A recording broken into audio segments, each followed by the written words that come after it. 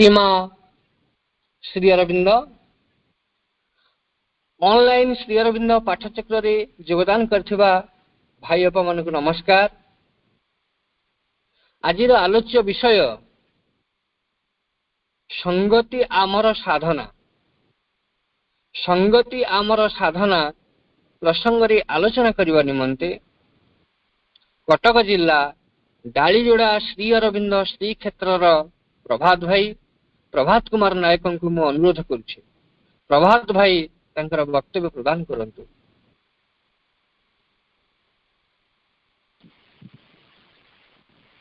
करुणामय माँ परम प्रभु श्री अरविंद ऑनलाइन श्री अरविंद पाठचक्र योगदान करथिबा समस्त भाई भूणी को मोर नमस्कार। ओडिशा इतिहास एक प्रमुख दृष्टांत आलोचना को आरंभ करवा। सबुबले मगध कलिंग को ही आक्रमण करिछि। थरे मगधर सैन्य माने कलिंगर एक युवक को गोटे बस्ता भितर भर्ती करी ता मुह को बांधी घोड़ा पर ताकू पकईकी क्षिप्र गति नहीं जाऊले। किछ बार गला परे से सैन्य माने देखिले जड़े आदिवासी युवती गोटे झरणा पाखे गाधौं। से आदिवासी युवती मान को देखिकी ये सैन्य माने घोड़ा अटकईले एवं से निकट गले। से युवती मान भितर जड़े युवती ये घोड़ा पर जो बस्ता अच्छी से बस्तार मुहटा बंधाई ता भितर कौन गोटे थरुछ बोली निरीक्षण कर पाखक आसला।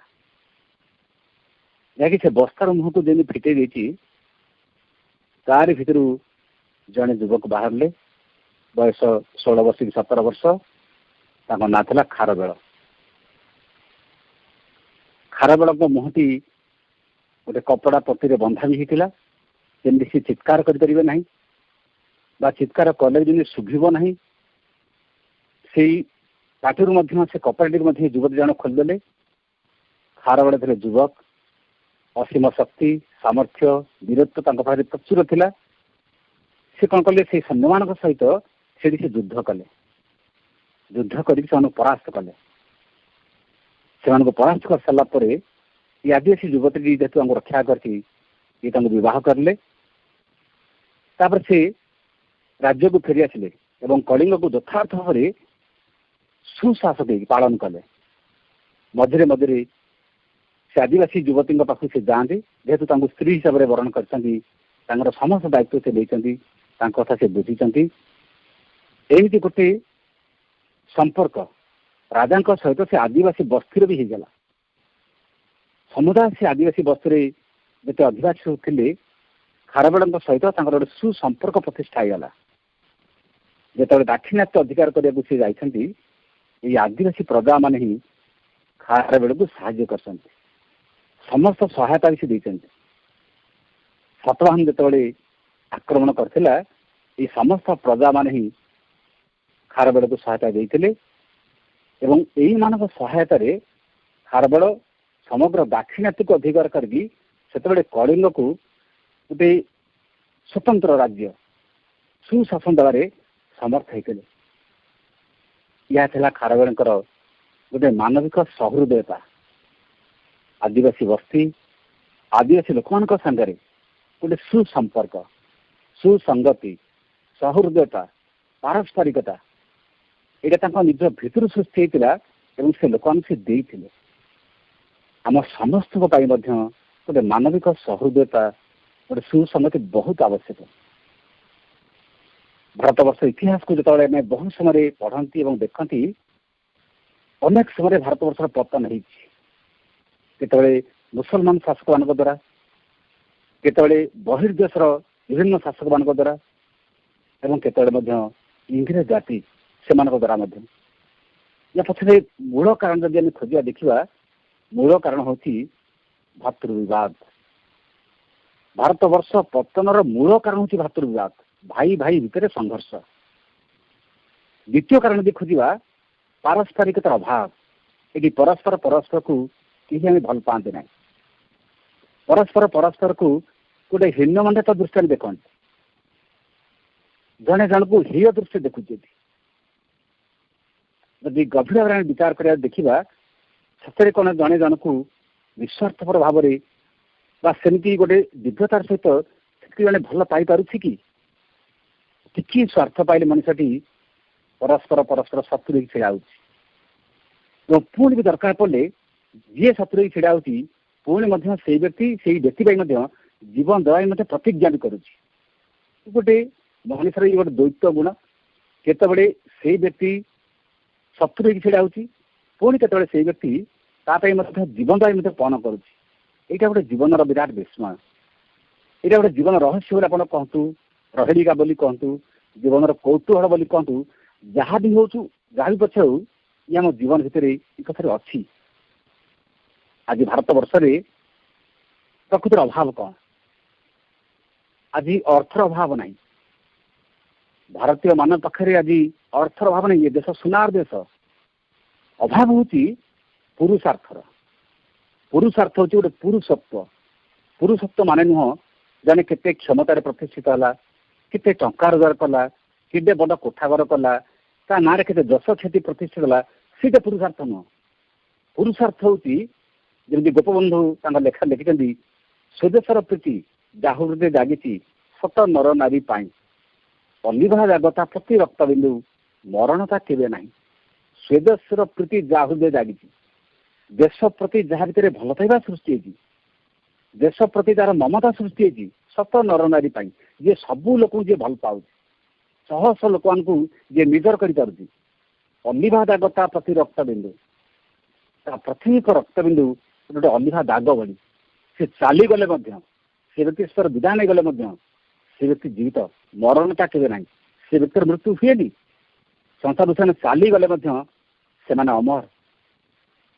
पुणी लेकिन पुण्य जन्मभूमि पुण्य देवालय उद्धार कले तनुक्षय मानव जीवन हो सफल ये महादीक्षा की बुझ उत्कल।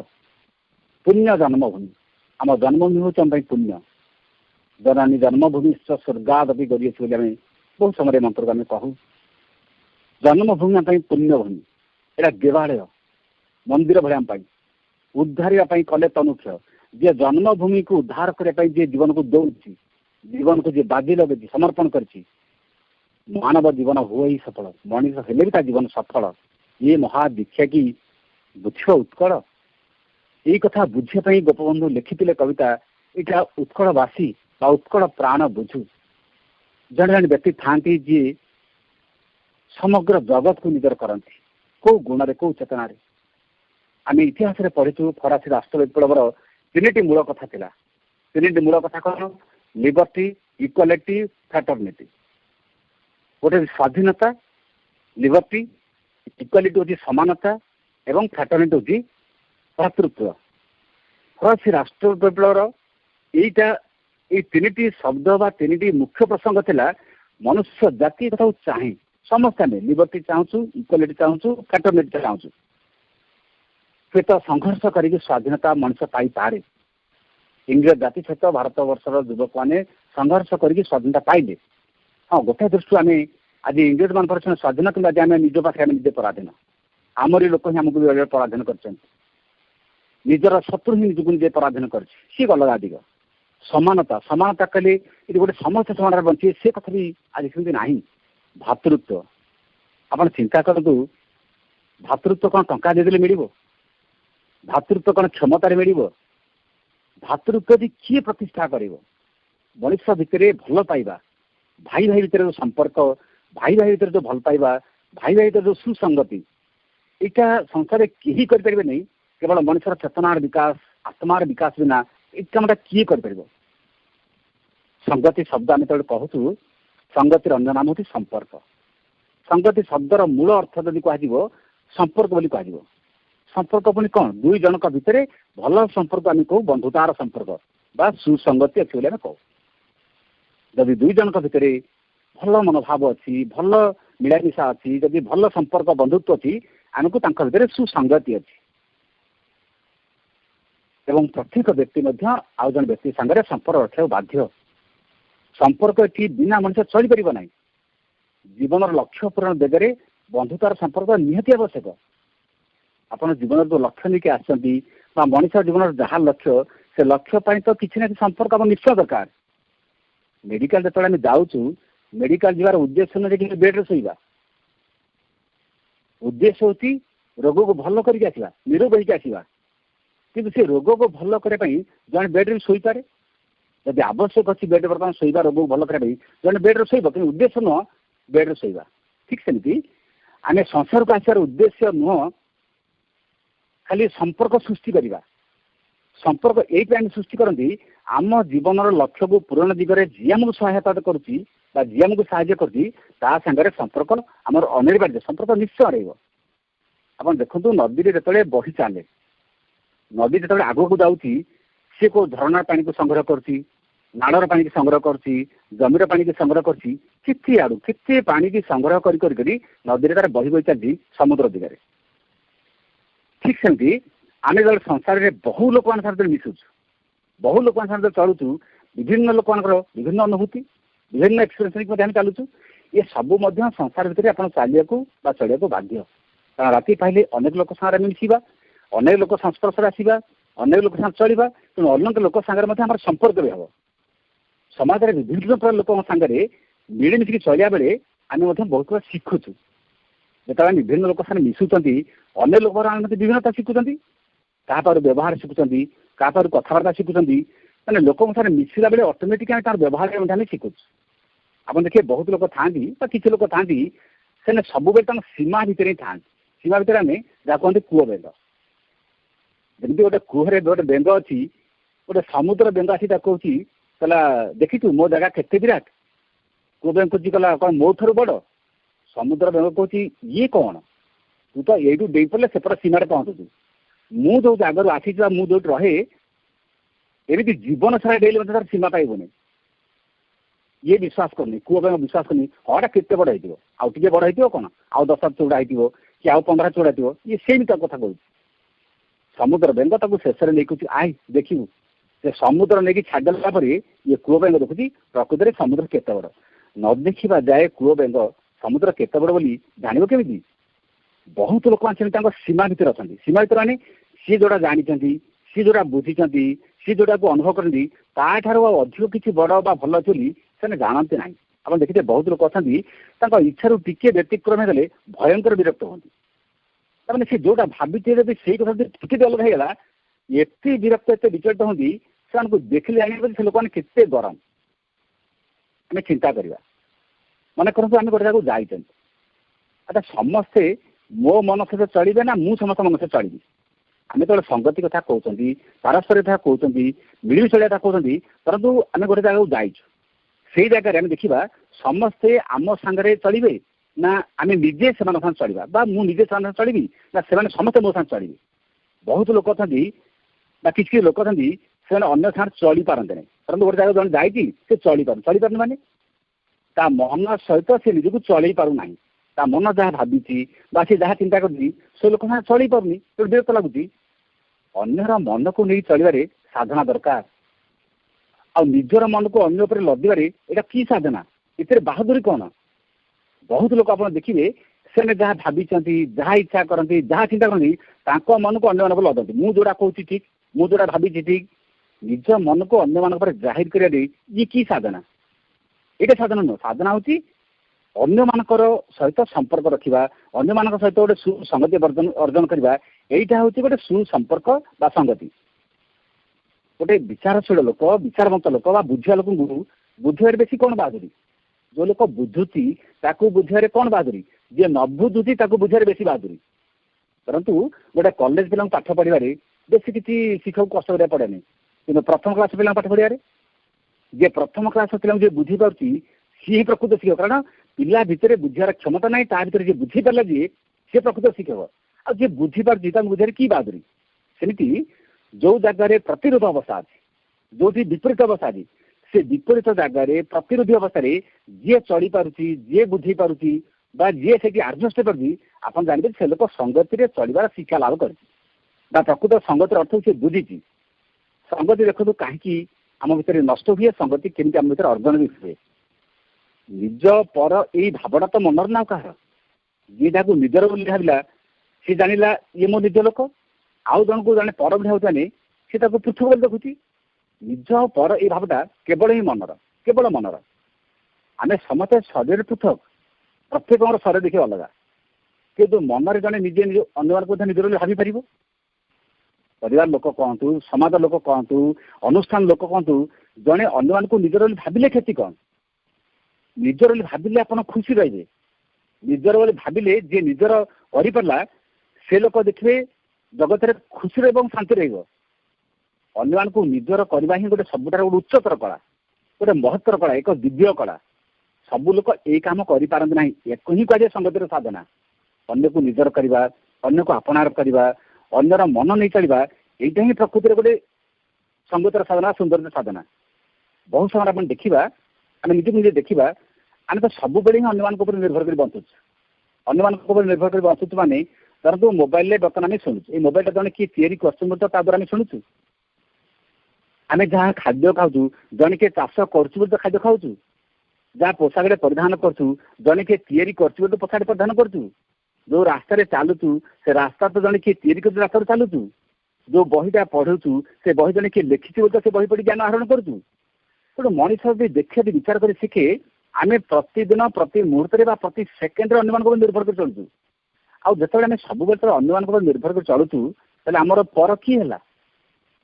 भावी दौरान बोली सी पर आमर पर भावी शिखा आमर समस्त ही निजर प्रकृति में पर बोले कहीं ना तेणु आम केमी अन्य को निजर कर शिखा निजर भावी शिखा सहीटा हूँ गोटे कला से साधना से ही साधना प्रकृति में आमको शिखा जाऊनी आम से कथा को शिखुना अन्य मैंने केमिति आमर पर हे जदि से दयारे जदि से साहाय्य से सहयोग आम बंचुचु से केमिति आमर पर हे धरतु आप जन को रागी किसी कथा कहे रागी जन को आप किसी खराब शब्द कहते धरतु से लोक दौड़ी पड़ेगा से लोक दौड़ी चलीगला से खराब शब्द कान किए शुण जी कहूँ सी शुण कि ना तेणु जो व्यक्ति किसी रागी कहूँ किसी कथा कहूँ जाने मुझे किसी कथा कहूँ से कथार शिकार मुझे भी हूँ बुद्धदेव थे जो शिष्य मान सागर गोटे गाँव को भिक्षा मागे जाती गोटे सकाल सकाल जड़े गृहिणी द्वार सामने पहुँचिकी मागुं भिक्षाम दि भिक्षाम दे भिक्षा दियो माँ से गृहिणी जनक बुद्धदेव को देखिकी जावत्य भर्सना कर आरंभ करते प्रकार गाड़ी से जानी गाड़ी देवार आरंभ कला बुद्धदेव सेमती शांत निश्चल निर भाव छिड़ा मागुं भिक्षा दियो माँ भिक्षा दियो सी बार बुला भिकारी मागिखिया जिते कुत्सित शब्द कह पारे बुद्धदेव से कह लगी तापर बुद्धदेव शांत सौम्य मूर्तिर सहित छिड़ा शेष बुद्धदेव बुझेले कहला अच्छा माँ तू भिक्षा एपर देना बहुत गाड़ी दौचु से कहला गाड़ी दिखती ना तो कौन करती ठीक अच्छे तू जहाँ गाड़ी दौचु तू भिक्षा पर देन तो भिक्षा कौन है ना मो भिक्षा मुझे मो भिक्षा मो घर है कौन है ना तू भिक्षा देलु नहीं भिक्षा तोर तो घर है देते कौन था ना देते तो बहु जाता तू नहीं था बुद्धदेव बुझेले तू भिक्षा देते से भिक्षा मुझे था तू देलु ना मु भिक्षा नेलु ना से जी गाड़ी दौचु से गाड़ी यदि मुझे निए से गाड़ी कहाँ हम से गाड़ी क्या पाखे रहा हठात स्त्री लोग विस्मय बुद्ध गोड़ पर कहला ये ज्ञानर कथा आप करें किए आप मत ज्ञान देले आप मत मार्ग देखिले से स्त्री लोक बदलीगला बुद्धर ये कथार व्यवहार बदलीगला भिक्षा देले भिक्षा सरी था भिक्षा देलानी भिक्षा सरीला से गाड़ी देले गाड़ी से नहीं था गाड़ी तो से नेले नहीं तेणु गाड़ी ता रही कि नहीं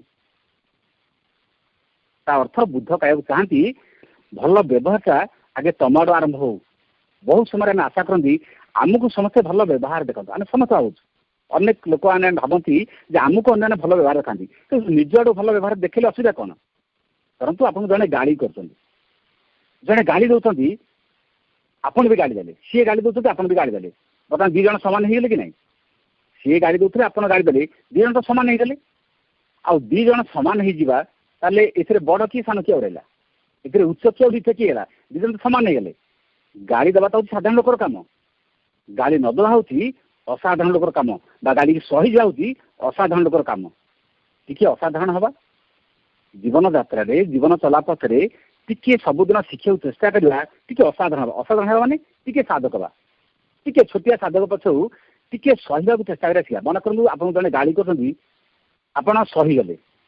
ଯିଏ ଗାଳି କରୁଛି ସେ କ'ଣ କହିବ, ମୁଁ ତାକୁ ଏମିତି ଭାବରେ କହିଲି ଯେ ସେ ଲୋକ ଚୁପ୍ ହେଇଗଲା, ତା ପାଟିରୁ କଥା ବାହାରିଲାନି। ହୁଏତ ସେ ଲୋକ କହିପାରେ ମୁଁ ତାକୁ ଏମିତି ଭାବରେ କହିଲି ଯେ ସେ ଲୋକ ଚୁପ୍ ହେଇଗଲା, ଏଇଟା ତା ଦୁର୍ବଳତା ଅଛି ବୋଲି ସେ କହିପାରିଲାନି।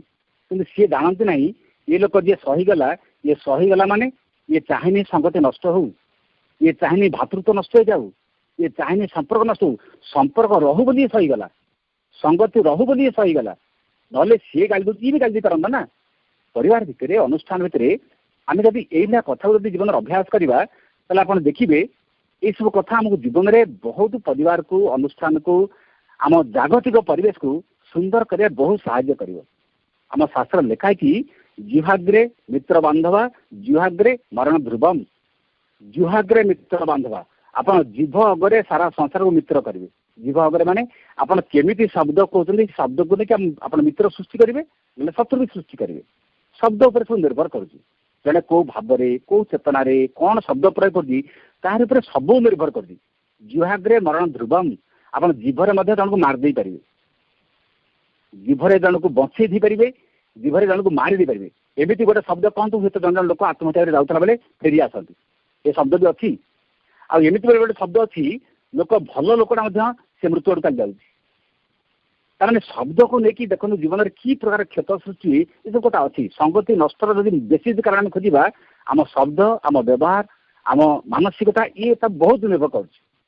ଆପଣ ପୋଖରୀରେ ଗୋଟେ ଛୋଟିଆ ଟେକାଟେ ପକେଇ ଦିଅନ୍ତୁ, ଛୋଟିଆ ଗୋଡ଼ିଟେ ପକେଇ ଦିଅନ୍ତୁ, ଦେଖିବେ ସେ ଗୋଡ଼ି ଧୀରେ ଧୀରେ ଧୀରେ ଧୀରେ ବ୍ୟାପିକି ତା ତରଙ୍ଗ ସମୁଦାୟ ପୋଖରୀ ବ୍ୟାପିଯିବ। ତାମାନେ ଛୋଟିଆ ଗୋଡ଼ିଟେ ମଧ୍ୟ ପାଣି ଭିତରେ ତରଙ୍ଗ ସୃଷ୍ଟି କରିପାରୁଛି। ଆପଣ ଜଣକୁ ଖାଲି ଗୋଟେ ଛୋଟିଆ ଶବ୍ଦ କହିଦିଅନ୍ତୁ, ଯଦି ସେ ଶବ୍ଦଟି ଭଲ ଶବ୍ଦ ଅଛି ତା ଭିତରେ ଆନନ୍ଦ, ଉଲ୍ଲାସ, ରୋମାଞ୍ଚ, ପୁଲକ ସବୁ ସୃଷ୍ଟି ହେବ।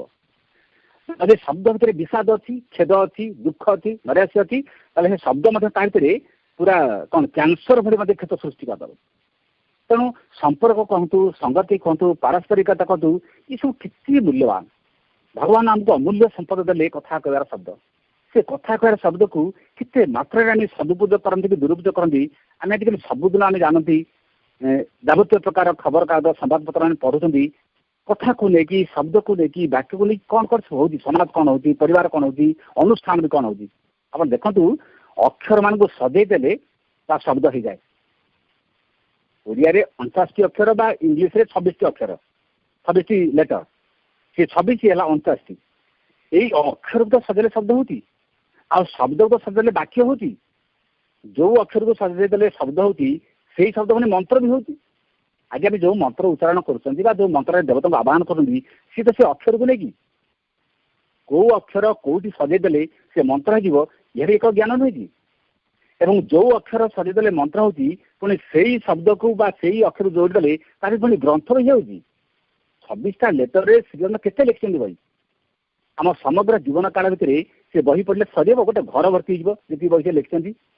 ପୃଥିବୀର ଯେତେ ବିଶିଷ୍ଟ ବିଶିଷ୍ଟ ଲେଖକମାନେ, ମହାମହା ଜ୍ଞାନୀମାନେ ଏତିକି ଲେଟର, ଏଇ ସଂଖ୍ୟାକୁ ନେଇ, ଏଇ ଅକ୍ଷରକୁ ନେଇକି କେତେ ବହି ଲେଖା ହେଇଛି। ତେଣୁ ସେଇ ଅକ୍ଷର କୋଉଠି ଯୋଡ଼ିଦେଲେ ମନ୍ତ୍ର ହେଉଛି, ସେଇ ଅକ୍ଷର କୋଉଠି ଯୋଡ଼ିଦେଲେ କି କୋଉ ଶବ୍ଦ ସୃଷ୍ଟି ହେଉଛି, ଏହା ବି ମଧ୍ୟ ଏକ ଜ୍ଞାନ।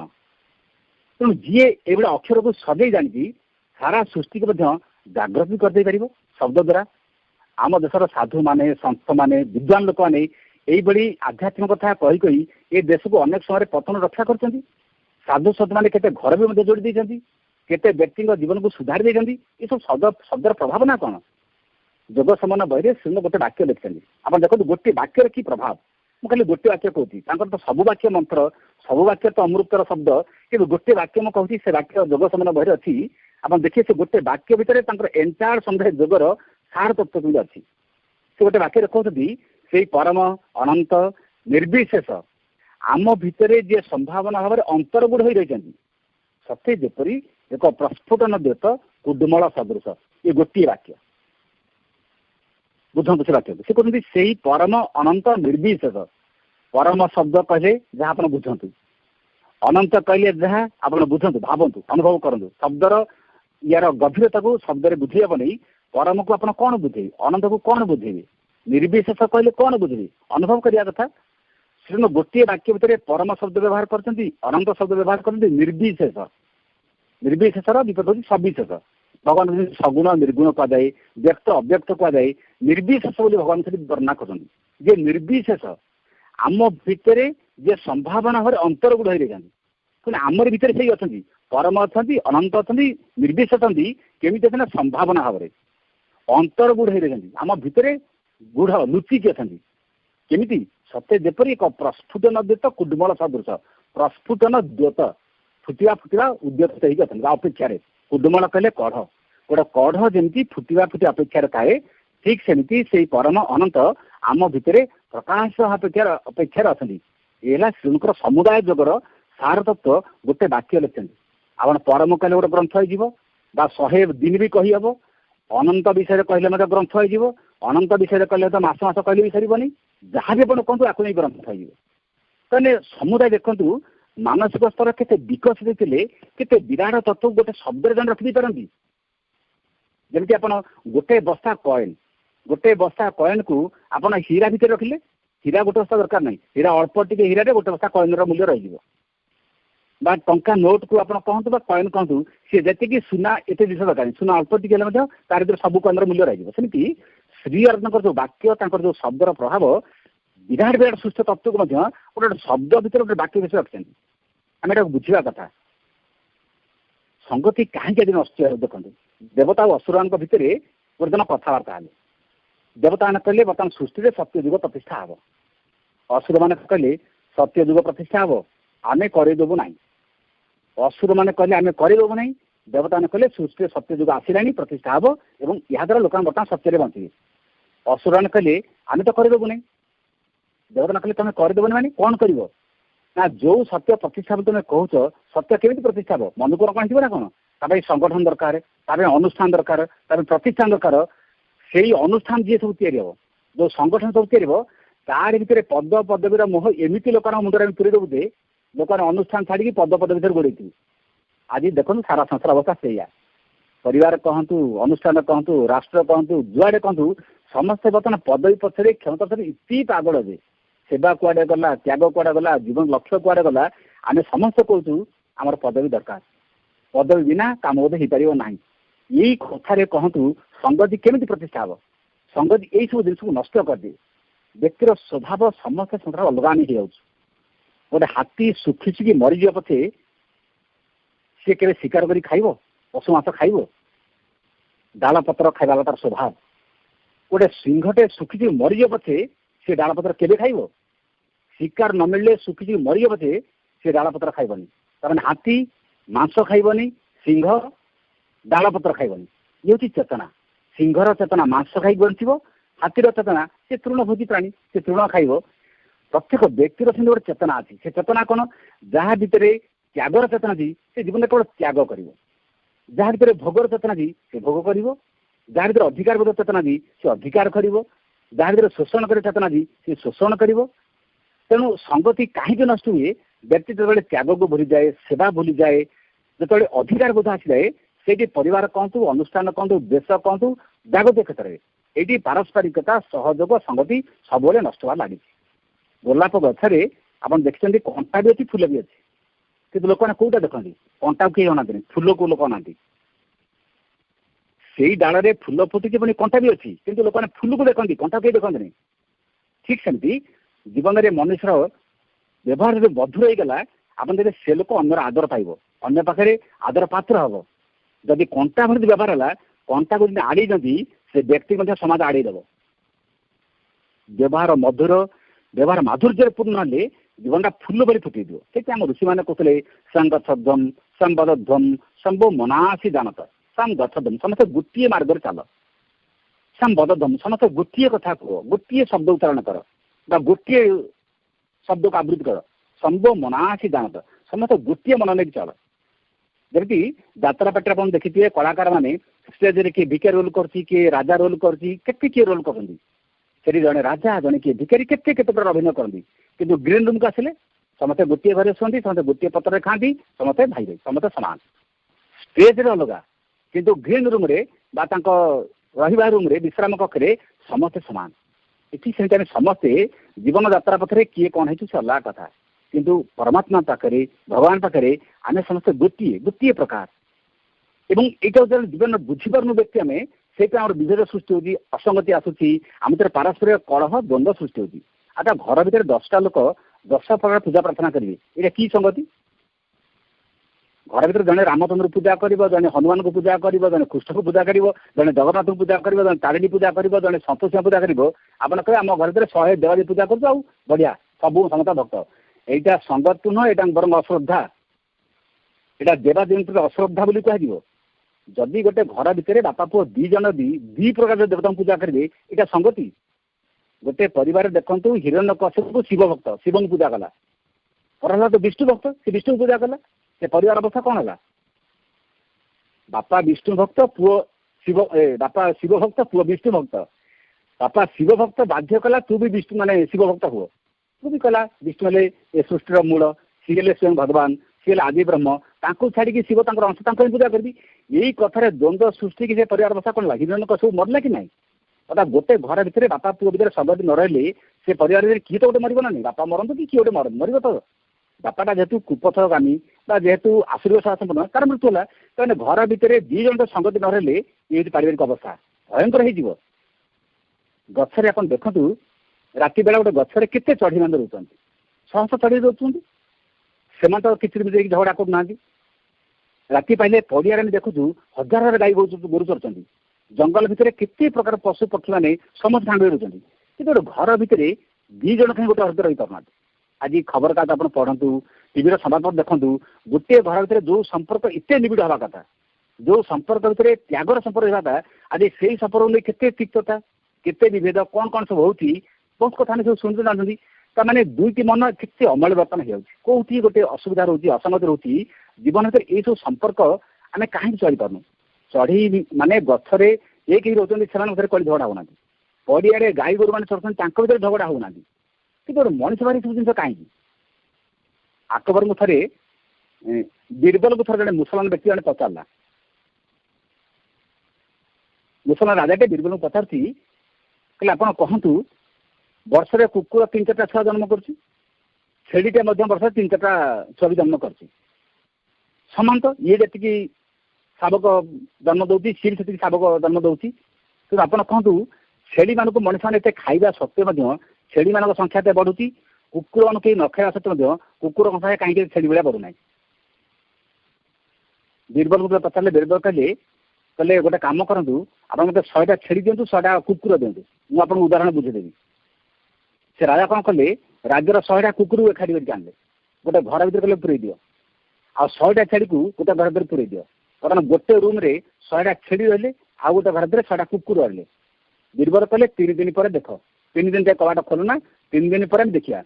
3 ଦିନ ପରେ ଦେଖା ହେଲା, ପାଖାପାଖି 97 କି 98ଟା କୁକୁର ପରସ୍ପର କାମୁଡ଼ି ହେଇକି ରକ୍ତାକ୍ତ ହେଇକି ତଳେ ପଡ଼ିକି ମରୁଛନ୍ତି। କିନ୍ତୁ ଛେଳିମାନେ କିଏ କାହା ପରେ ଶୋଇଛି, କିଏ କାହା ପରେ ଗୋଡ଼ ଲଦିଛି, କିଏ କାହାକୁ ଚାଟୁଛି, କିଏ କାହାକୁ ସ୍ନେହ କରୁଛି, ସେମାନେ ପରସ୍ପର ଭିତରେ ବେଶ ସ୍ନେହ ସମ୍ପର୍କ ସଂଗତି ରୂପେ ଚଳୁଛନ୍ତି। ବୀରବଲ କହିଲେ ବୁଝିପାରିଲେ ତ, କୁକୁର ମାନଙ୍କ ସ୍ୱଭାବ ହେଉଛି ହିଂସ୍ର। ଏମାନେ ଜଣେ ଆଉ ଜଣକୁ ସହିପାରିବ ନାହିଁ, ସିଏ ଯୋଉଠି ରହିଛି ମାନେ ଆଉ ଗୋଟେ କିଏ ଆସିଲେ ସହିପାରିବ ନାହିଁ।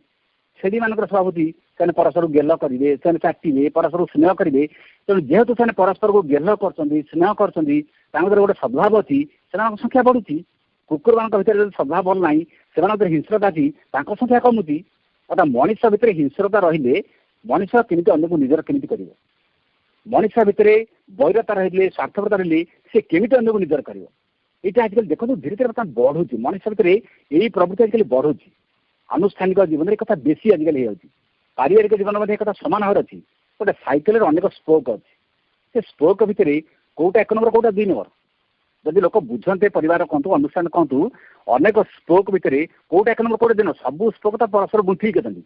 ବା ଗୋଟେ ଶଗଡ଼ ଚକରେ ଅନେକ ଅର ଅଛି, ସେ ଅର ଭିତରେ କୋଉଟା ଭଲ, କୋଉଟା ଖରାପ, ବା କୋଉଟା ବେଶୀ ସେବା କରୁଛି, କୋଉଟା କମ ସେବା କରୁଛି? ସବୁ ଅର ଅଛି ବୋଲି ତ ଶଗଡ଼ଟାକୁ ଧରି ରଖିଛି, ସବୁ ସ୍ପୋକ୍ ଅଛି ବୋଲି ତ ଚକଟାକୁ ଧରି ରଖିଛି। ଠିକ୍ ସେମିତି ପରିବାର ଭିତରେ ବିଭିନ୍ନ ଲୋକମାନେ ବିଭିନ୍ନ ପ୍ରକାର କାମ କରୁଛନ୍ତି ବୋଲି ପରିବାରଟା ଉନ୍ନତ ହେଇଛି। ପରିବାର ସବୁ ଲୋକମାନେ ଗୋଟେ ପ୍ରକାର କାମ କରିବେ କି? ବଗିଚାଟା ସୁନ୍ଦର ହେଇଛି କଣ ପାଇଁ? ଗୋଟେ ପ୍ରକାର ଫୁଲ ଫୁଟିଛି ବୋଲି କି? ବଗିଚାରେ ଅନେକ ପ୍ରକାର ଫୁଲ ଫୁଟିଛି ବୋଲି ବଗିଚା ସୁନ୍ଦର। ଆକାଶ ଏତେ ଭଲ ଲାଗୁଛି ରାତି ବେଳା କାହିଁକି? ଗୋଟେ ତାରା ଅଛି ବୋଲି କି? କେତେ ତାରା ଅଛନ୍ତି ବୋଲି ଆକାଶ ବି ସୁନ୍ଦର। ସୃଷ୍ଟିରେ ଏତେ ମଣିଷ ଅଛନ୍ତି, ସୁନ୍ଦର କି ଅସୁନ୍ଦର? ସବୁ ମଣିଷଙ୍କ ମୁହଁ ଯଦି ଏକା ପ୍ରକାର ହେଇଥାନ୍ତା, ସବୁ ମଣିଷଙ୍କ ଟୋନ୍ ଯଦି ସ୍ୱର ଯଦି ଏକା ପ୍ରକାର ହେଇଥାନ୍ତା, ସୁନ୍ଦର ଲାଗନ୍ତା? ଯେତେ ମନୁଷ୍ୟ ସେତେ ପ୍ରକାର ସ୍ୱର, ଯେତେଟା ମୁହଁ, ସମସ୍ତଙ୍କ ମୁହଁ ଅଲଗା ଅଲଗା। विधाता परम शिल्पी परम कारीगर सी देखो कितनी सुंदर चित्रकला देख कहते जिते मनुष्य से मुख जितेटा मनुष्य समस्त कंठस्वर लगा से माधुर्य अच्छी से आनंद अच्छी या कह सौंदर्य या कह संगति जो सौंदर्य अच्छी से संगति अच्छी एवं संगति जो अच्छी सौंदर्य भी से अच्छी ये सब जिन हूँ बहु विधता भितर एकत्व बहु विधता भितर से एक देखा तेणु आम बुझीपर ये सब जिनस को भगवान सृष्टि करते परिवार भितर मन को समस्ते कहे खाली रोषे करेंगे समस्ते रोषे करेंगे से परिवार उन्नति हम कि समस्ते खाली ऑफिस जीवे तेल घर कथा किए बुझे रोषे कम किए कर बहुत परिवार आम देखा शुणती मन कर जदि जड़े पुरुष लोक चाकरी करती घर को आसिले स्त्री लोक पर पूरा हुकुम जारी करती मु रोजगार करती तुम खाली घरे बस खाऊच अच्छा स्त्री लोक घर जी रोषे कर रोषे दरमा दिजाऊनी से स्त्री लोक जी रोषे कर चाकरी कर ना से स्त्री यदि रोषे न करता तुम ऑफिस जाकि ड्यूटी करत कि ये मास दरमा दि जाऊ सी रोषे करने पछे माने टंका दि जाऊ से तार गोटे दरमा हम कि ना ताने दोष देखिले सब लोक किसी दोष रहा आ गुण देखिले समस्त समस्त पॉजिटिव देखिले सी भी घर जी कम कर निरर्थक नुह से आवश्यक समस्त जब कह स्त्री लोक संतान जन्म कर स्त्री लोक कह तुम पुरुष लोक संतान जन्म कर पुरुष लोक संतान जन्म कर प्रकृति कौन उसी सामर्थ्य देगी कि तेणु भगवान गोटे परिवार भितर गोटे नारी प्रति तार क्षमता अलग पुरुष प्रति क्षमता अलग किए कौ कम कर ये गोटे बहुविधता ये बहुविधता भितर संगति रहा दरकार जड़े रोजगार कर समस्त जाहिर करनी मु रोजगार कर तुम समस्त बस खाऊच जड़े अनुष्ठान में बहुत कम करनी मुझे कम कर तुम कहीं कम करना मन कर गोटे चुली भितर गोटे काठ जलुची गोटे काठ तो जड़ेनि अनेक काठ मिसल जड़े बड़ काठ भी जड़े सान काठ भी जड़े बड़ काठ बेसी जोर जलुची कह मु जलुची एत आलो दूसरी एत उताप दूसरी ये सान काठ मैंने कौन आलो दौरान सान काठ को हेय दृश्य देखो से सान काठ आड़े दब सान काठ सब अलग भी हो चुली भितर ये बड़ काठ केते जड़ केते समय भी जड़ ये बड़ काठ भी लिभिज एत जोर से जड़ूला सी भी लिभिज जी परिवार हूँ जी अनुष्ठान जो कहते मुझी अनुष्ठान को धरी रखी मु सब कर आड़ी देख तुम एका करदेव समस्त साहाय्य सहयोग अच्छी बोली से अनुष्ठान कहतु घर कहतु उन्नति करुँचा व्यक्ति बुझे ना बोली जीवन में यू समस्या ये सब असुविधा आसूँ से तो लिखिं डिविजन ग्रंथ में all problems of existence problems of harmony ये सृष्टिर मूल समस्या होती ऑल प्रोब्लेम्स ऑफ एक्जिस्टेंस जदि समस्या अच्छी प्रोब्लेम्स ऑफ हार्मोनी मूल समस्या संगतिर समस्या ये संगति कहले जो जिनस जो जार यथार्थ मूल्य रहा कथा ता रही नाही बोली संगति होती मन करूँ चप्पलटा पाद तले रहा कथा चप्पलटा कि मुंड पर रखियो यहाँ कौन संगति ना सुंदर बाघ को नंदनकान रखिले सुंदर जाकि लोक देखिए ताली मारे आनंद उपभोग करेंगे बाघ को लेकिन बेडरूम किए रखो बाघ बेडरूम नहीं सुंदर कि गोबर खत को लेकिन गोलाप बगीचार देले गोबर खत और गोलाप बगीचार सुंदर सुंदर फूल पड़ो गोबर खत नहीं जड़े रोषे घर रखिए कि तमें सब वस्तु आवश्यकता अच्छी सापर विषय आवश्यक सापर विष कहीं आवश्यक जन व्यक्ति साप कामुड़ी से सापर विष इंजेक्शन दरकार देते से लोक बंचुची ताने सापर विष दरकार जन साप सामने घुरी जीव कि हाँ तो विष दरकार तो आगू अच्छी व्यक्ति बुझा कथा प्रत्येक वस्त्र गोटे आवश्यकता अच्छे एवं आवश्यकता तार समय अवस्था एत दरकार जे यहाँ न बुझी पारे व्यक्ति समस्या भर पड़ू आप देखिए बेले बेले एरोप्लेन सी एत उपर उड़ी गोटे बोल्ट जीवन में बहुत साहय करमती गोटे जगह गोटे बोल्ट लगी जदि से बोल्ट न लगे से एरोप्लेन उड़ी पार ना आदि भी उड़ो मन बोल्टा खसीगला हाथ खसी जापे छोटिया बोल्ट ये कोटी कोटी टकर संपत्तिर जिन सी उड़ी पार ना छोटिया बोल्टर मतलब आवश्यकता अच्छी ठीक से जीवन में सब कथार आवश्यकता अच्छी आम बुझा कथा संगति कहले कौन श्री अरविंद पंडित एका थे एकुटिया थे माँ आसिले दुई जन परस्पर गोटे संगतियुक्त जीवन बंचले परस्पर सामंजस्यपूर्ण जीवन बंचले परस्पर परस्पर बुझिले दुई जन संगति फल दुई जन सामंजस्य फल दुई जन बुझामण गढ़ी उठिला श्री अरविंद आश्रम सारा पृथ्वी अनन्य सारा पृथ्वी उदाहरण दी जन मिशीगला आश्रम गढ़ी उठिला सारा पृथ्वी अतिमान शक्ति आसापी केते विराट कार्य होगा दी जन मिशीगले केते विराट कार्य हो जाए तेणु संगतिर ये हूँ अनन्य दृष्टांत श्री अरविंद माँ दी जन मिश्रा पर केते बड़ कथा होगा आप देखिए गोटे गेट मानक विराट विराट कंपानी मानक गेट पाखे जन दरुआन था से दरुआन जो गोटे चाबिटे पकाए जदि से चाबी काटा जदि से खोली ना से कंपानी ଭିतर किए पशिब छोटिया चाबिकाटे तार भूमिका केते बा सेटा केते बड़ जिनसटे कि से चाबिकाटा एंटायर परिवेश बा एंटायर वातावरण को बंद कर देउछि कि नहीं से चाबिकाठे मते एति बड़ महत्व अछि ताकू न खोले मते भितर जाई परिबो नहीं तेणु जीवन भितर बहुत कथा आम जीवन आवश्यक और आपको बुझा मत दरकार आईन समस्त सामान कराई आम कहबानी संगति मैंने खाली समस्त आईन सब हो जाऊ आईन समस्त सामान हेले प्रकृति आ भांगी दौर प्रकृति भांगी दौर कहीं भांगी दौर ना व्यक्ति जी जहाँपाई आसापी आसी सी आसी कम कर भिन्न भिन्न अवस्था मनुष्य कर कहीं ना समाज में विभिन्नता अनिवार्य विभिन्नता न कम हो पारनि आ संगति गोटे व्यक्तिर आंतर चेतना आंतर चेतना कहले भितर तैयारी हो संगति कौ नष्ट हुए संगति कौ तैयारी हुए गोटे छुटिया कहानी कहबी से कहानी भर कथा अधिक बुझीपर जने गरीब चाषी किए सी दिनटा जमी माटी खोलू खोलू गोटे तंबा पात्र गोटे विराट माठिया पाइला से माठिया भितर खाली सुना मोर भर्ती गरीब चाषी अशिक्षित लोकटा इतने गोटे सुंदर सुना माठिया तार सुना मोहर देखिए आश्चर्य हो गला मत कौन साक्षात भगवान देले ना कौन किंतु से सुना मुहूर्त माठियाटी घर को नेले काले लोक जानवे काले सरकार जान पुलिस जान सी कौन कला तार जन पिलादिन बंधु जन बाल्य बंधु ता पाखे नहीं रात बेला पहुंची कहला देख भाई मुझे जमी खोलू खोलू ये सुना मुहूर्त माठिया पाई तुम मो भर इतने बंधुता इतने निबिड़ संपर्क देख यहाँ कहीं जानवे तुम्हें जान मु जानी यहाँ तुम रख मु सबुदिन आसवि गोटे गोटे मत मोहर दब कारण गोटे गोटे मोहर ना मो परिवार अवस्था बदली आई जापर एत संपत्ति मुझे कौ आनी सी भी एत निबिड़ बंधुता था एत पारस्परिक स्नेह था सी कौन कले से माठिया रखिला सबुदिन कौन कर गोटे गोटे आसिक सुना मोहर दिए यही घटना को जी देखुला से गोटे शैतान गोटे प्रेत आप भूत कहतु प्रेत कहतु गोटे लोअर भाइटाल से देखुला सी बर्तमान कौन कर चिंता कर ए दी जन तो एत निबिड़ बंधुता इतनी पारस्परिक विश्वास की विश्वास के भांगीदेव तो विश्वास भांगीदेव से कौन कर व्यक्ति जो दिन आसी गोटे मोहर ना बाट मझे गोटे गछ पर थी मुंड पर गोटे पत्थर पचारिदेला जेमी पत्थर पचारिदेला ये बर्तमान बाध्य होती डाक्तखाना गला डाक्तर मैंने कहले या बहुत टंका खर्च हम और बहुत अर्थ भी आवश्यक ता स्त्री आसला तार गोटे पुओ भी पुओ आसला घर जी संपत्ति था जहाँ जहाँ संपत्ति रोजगार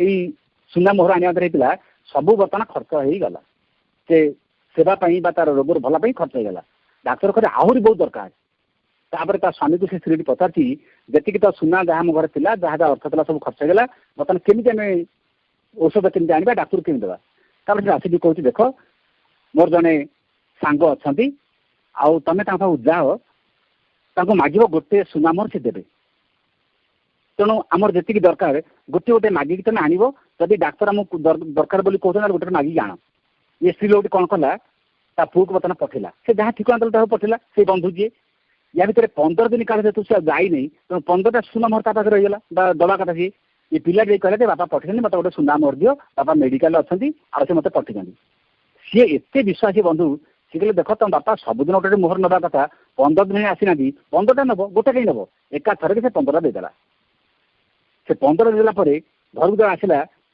पिलार माँ कौच कला 15टा कि देला ना पिला कौच कला से तो कहले सबुदिन गोटे तुम बापा नौले आउ 15 दिन आसी ना 15टा नवा कथा गोटे नब बर्तमान 15टा से देला ये स्त्री लोग स्वामी पाखे कहूनी जे बर्तमान से लोक 15टा देती जी तार मेडिकल दरकार खर्च कला ता पुओ को शिखिला सबुदिन गोटे गोटे मागिक आन ये गला सबुदिन बापा देह खराब मेडिसिन दरकार डॉक्टर दरकार बोली प्रतिदिन मागिला गोटे गोटे मोहर आणला ये 6 मास बीते ये 6 मास भितर पुओ जाकि सबुदिन गोटे गोटे सुना मोहर मागिक आनी गोटे समय सुना मोहर सरीगला ये लोकटी मत भल लगला 6 मास पर जो बंधु पाक जाऊँगी से बंधु को देखला कि कहती भाई आज मेडिकल भल लगे आसली आज बहुत कष्ट आसली से बंधु जन कहते मोर बहुत इच्छा था भाई देखा जावाई मुझे जापारे मुझे कर्मव्यस्ता दे कि तुम पुओ 6 मास आनी सबुदिन गोटे गोटे सुना मोहर आसिक नहीं जाइए आ तुम जी रखिल ता सब सरी ये गरीब से बुझीपारा ता स्त्री ताकू लुचेकी